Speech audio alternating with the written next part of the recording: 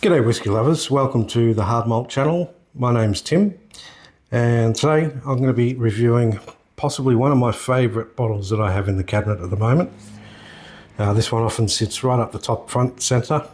It's actually one of the bottles that I brought back with me from my trip to Scotland in May of 2024. Since then I've been doing my absolute best to try and make this one last, because it's not cheap and it's delicious stuff. Thankfully, I actually brought this back with me from having purchased it from the Springbank shop. So I was able to pick this up for roughly the equivalent of a third of the price that I would have to pay to get this in Australia. So this is Longrow 21-year-old, produced by the Springbank Distillery in Campbelltown on the Kintyre Peninsula in Scotland. Now, Springbank, as many of you might know, but some may not know, they produce three different whisky products, or three branded products. One obviously being the Springbank product itself, which is a moderately / lightly peated whisky that is 2.5 times distilled. What that means is that once they've twice distilled, they take roughly half of the distillate and they put it back through the last still, hence 2.5 times distilled. Exactly why they do that is probably a guarded secret within Springbank Distillery itself, but it obviously produces a bit of a unique product for them. Another brand that they produce at Springbank is Hazelburn, which is an fully unpeated whisky, and it's triple distilled. So it's akin to a lot of how the Irish whiskies are triple distilled. So it gives you a bit of a lighter version of a Springbank, if you will. And then on the other end of the spectrum, you have peated, purely traditionally double distilled Longrow. Now, we'll just note both these names, Hazelburn and Longrow, are actually named after distilleries that used to exist, or once existed, in the town of Campbelltown. A couple of hundred years ago, there was up to about 33 different distilleries in Campbelltown, and it was known as the whisky capital of the world, basically, or at least of Scotland. Some also call it the Victorian whisky capital, being that it was during the Victorian era that those 33 odd distilleries existed, including Springbank, including Longrow, and including Hazelburn. Unfortunately, during the up to the sort of early 1900s or early 20th century, due to factors as the US Prohibition, World War I, the Great Depression, and all sorts of other economic factors happening at the time, all but 3 distilleries closed in Campbelltown. So what remained was Springbank, Glen Scotia, and now Glengyle has been reopened in 2004, if I remember correctly. Just mentioning Glen Scotia, it's interesting to note that one of the next whiskies that I will be reviewing is their Victoriana release, which is so named because of that Victorian era of Campbelltown being the whisky capital.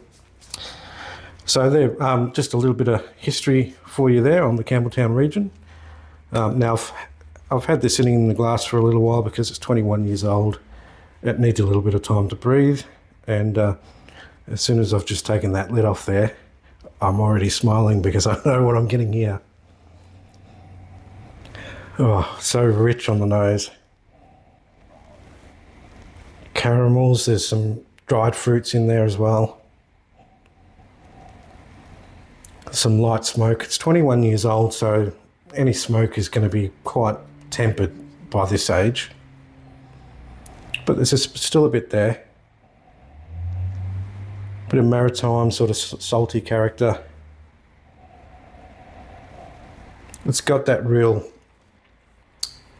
it leans towards a savoury profile, but there's little hints of sweetness coming from fruits and caramels and that kind of thing. And it's worth noting that I read that this is actually made up of 65% sherry cask matured whiskey and what to say, 65 and 35% bourbon, ex-bourbon cask matured. However, to me, yes, you can get some hints of chocolate and hints of darker fruits, but they're only hints. It's not entirely suggestive of a predominantly sherry matured whiskey, which is really quite interesting. Now let's see. Let's go for the palate.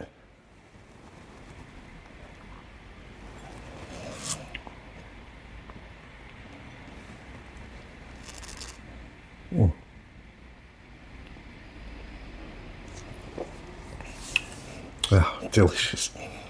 It's one of those whiskies you just hold it on your palate for days. So rich, oily. It's sticking to my palate, still all over my tongue at the moment. On the palate, you're getting really rich caramel, not sweet, but that richness, that depth, that darkness of the caramel, along with savoury notes of sea breeze and some salt, hints of sourness there, hints of biscuit cereal sort of notes as well. But yeah, very heavy on the savoury / sweet, savoury and sweet. Go for another sip.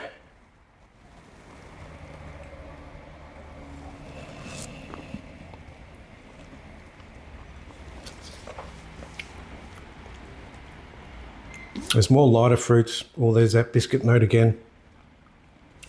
Biscuits, light fruit, hint of citrus. You're getting a richness, which is definitely coming from the peat as well. But yet it's not overly smoky. It's no Lafroig or anything like that on the smoke spectrum. Yeah,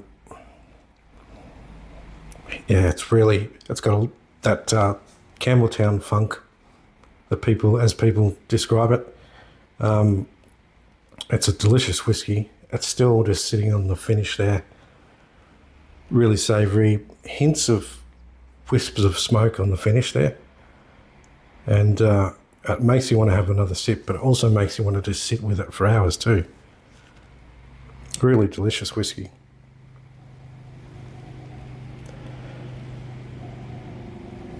I get a little bit more hint of the smoke coming out now. It's been sitting here with the lid off for a while, but it's still so soft and subtle, and it mixes well with the dried fruits and that biscuitiness that's coming out now as well.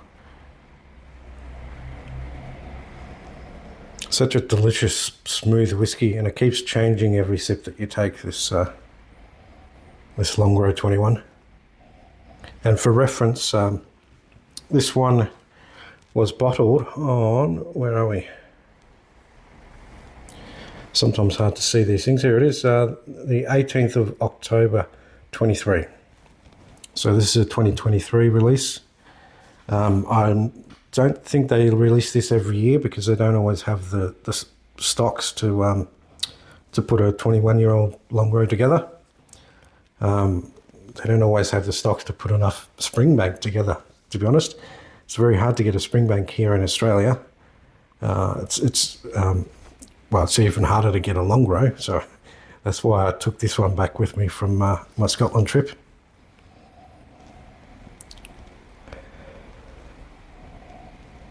Now a little bit more salt is coming out. That's bringing out the savoury notes. Sort of, again, really biscuity, almost dry biscuit. Not so much a. Well, sometimes you get a hint of shortbread, but again, this tends to lean more towards those dry biscuits with those crystals of salt on top, or crackers if you like,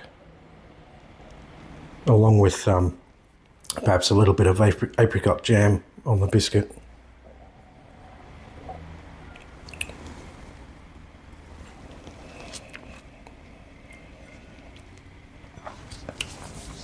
Really delicious stuff. I could just sit and enjoy this all night long, this one.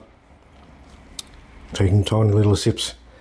Anyhow, let's give this a score.